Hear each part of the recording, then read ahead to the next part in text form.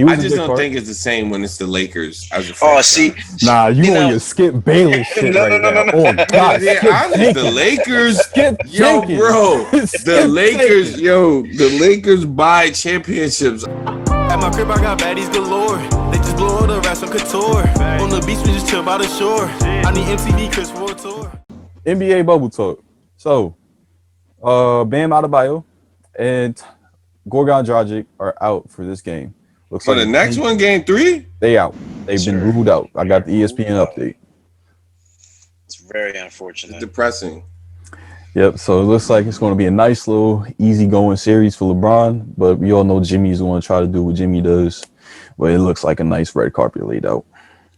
It's really unfortunate. Shout I out didn't to think the that the Heat NBA. had enough, even with those two players. Without them, my God. Oh yeah, without them, it's terrible because Gorgon's one of their leading scorers, And the and Lakers took Bam it is easy on their them big. last game too. So Yeah. So they we did. I'm You not got gonna even lie. Blue Lives Matter, Myers Leonard. So But, Miami. Let's talk about Myers Leonard. oh, Let me shit. talk. Let me talk about Myers Leonard. Talk your Now, shit, Roy. Myers Leonard, I think he fucking needs to go back to Portland and find where the fuck he left that little bit of fucking basketball game he had. He's on the court looking like he never fucking played the game of basketball a day in his life. Shout out to Kelly Olynyk.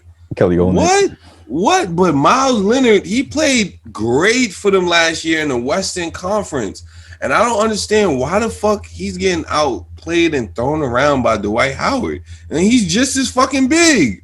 Oh, he's not that big. Well, Roy, Myles Leonard is pretty big, bro. Dwight's an all-caliber defensive player. He's like 6'10", 6'11". He's not 6'8" or nothing. Myles Leonard is like 6'10", 6'11". Right, but Dwight got a little bit of speed. Dwight got length. Dwight's strong. He's a healthy 250 too. Yeah, Dwight is he could do Shout that. out to Dwight Howard. He's playing the best I've ever seen him play since like 2010. Yeah, he's rejuvenated for sure. Yeah, Like, it's no, it's a different Dwight. It's not even that stupid ass square shoulders, box up to the basket.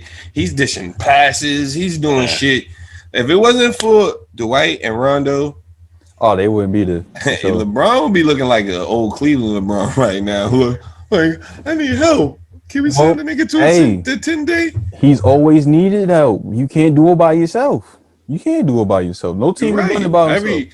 Everybody needs help, and you're right about that because that's the part of a team. It's no one-man team. Like, right. You know, when Puggy finally got Gasol, things was beautiful. But, you know, the whole thing, like the Sixers be pumping that trust the process shit. Like, when teams were being built, like early, late 90s, they had a process in which teams were built. It's just like when, like back in the days when albums were still being bought and sold and distributed, like in Virgin and FYE and all these stores and shit.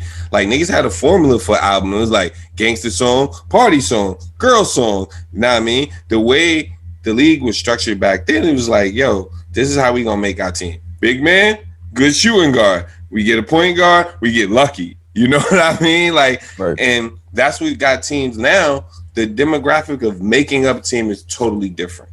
Because like it's a new league, you know what I mean? So a lot of cats, they play AAU, they play college with niggas, they want to play with you. We hear about this banana boat thing, D Wade wanted to play with.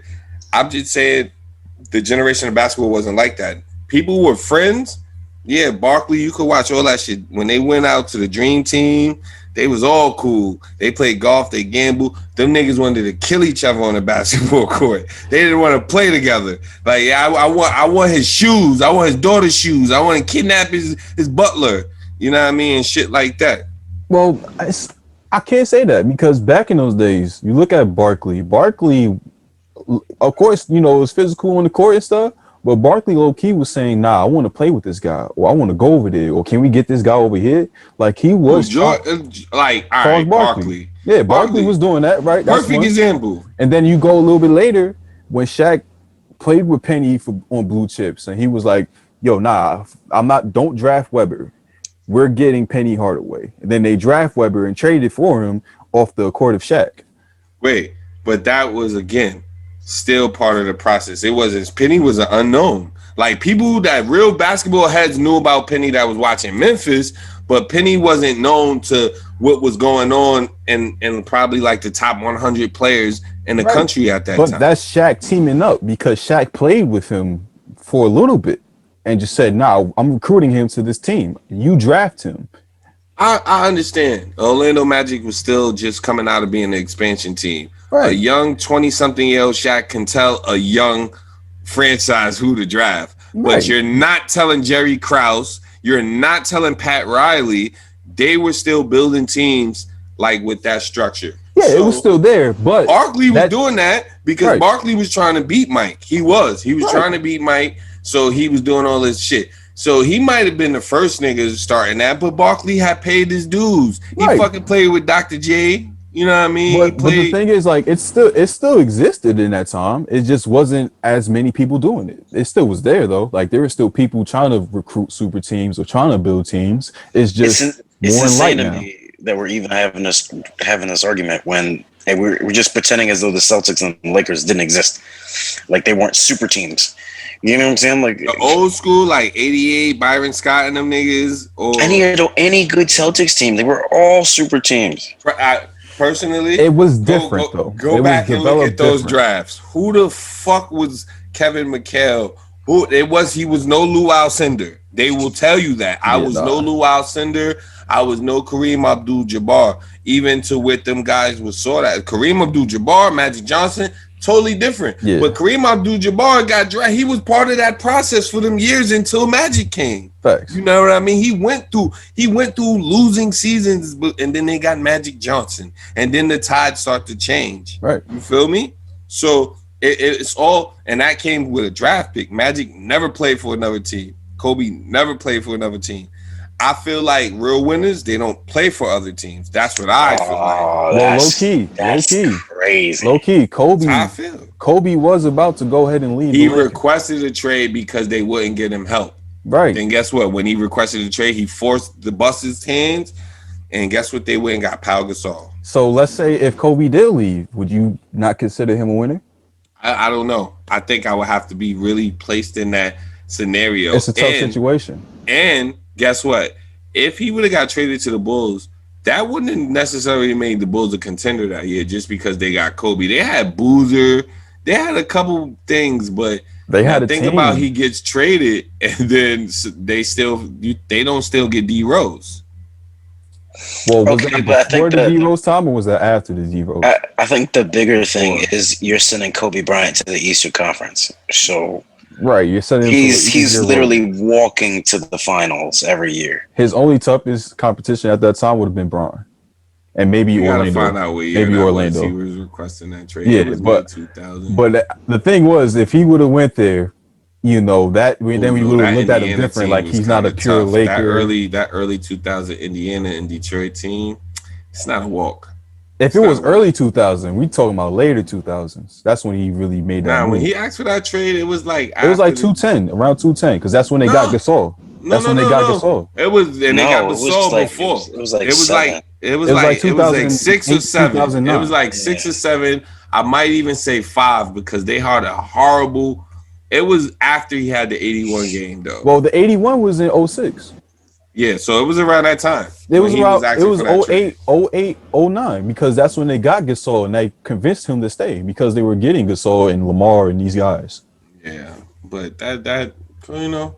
Yeah, but it's that's where we it's look no at shade. it. Like, It's just yeah, you could do it it's that way. just like the level of fucking like greatness is like measured to a certain avail. Like you don't do certain things and still be up here like, yo, he's doing a Mount Rushmore. It's a certain way. It's a certain process is all I'm saying that makes things look, you know, the perception of things look like the feat was more, you know, fulfilling, more accomplished. You know, that's all. Well, yeah, like you want to see that storybook of you go to one team, you stay with one team, you win championships with that one team, but It's like a fairy tale ending for right. sports. But why do we have to like be upset with you wanting to go play with a team as long as you're still playing great basketball on that team and you're still doing your thing? Like, that's the main thing.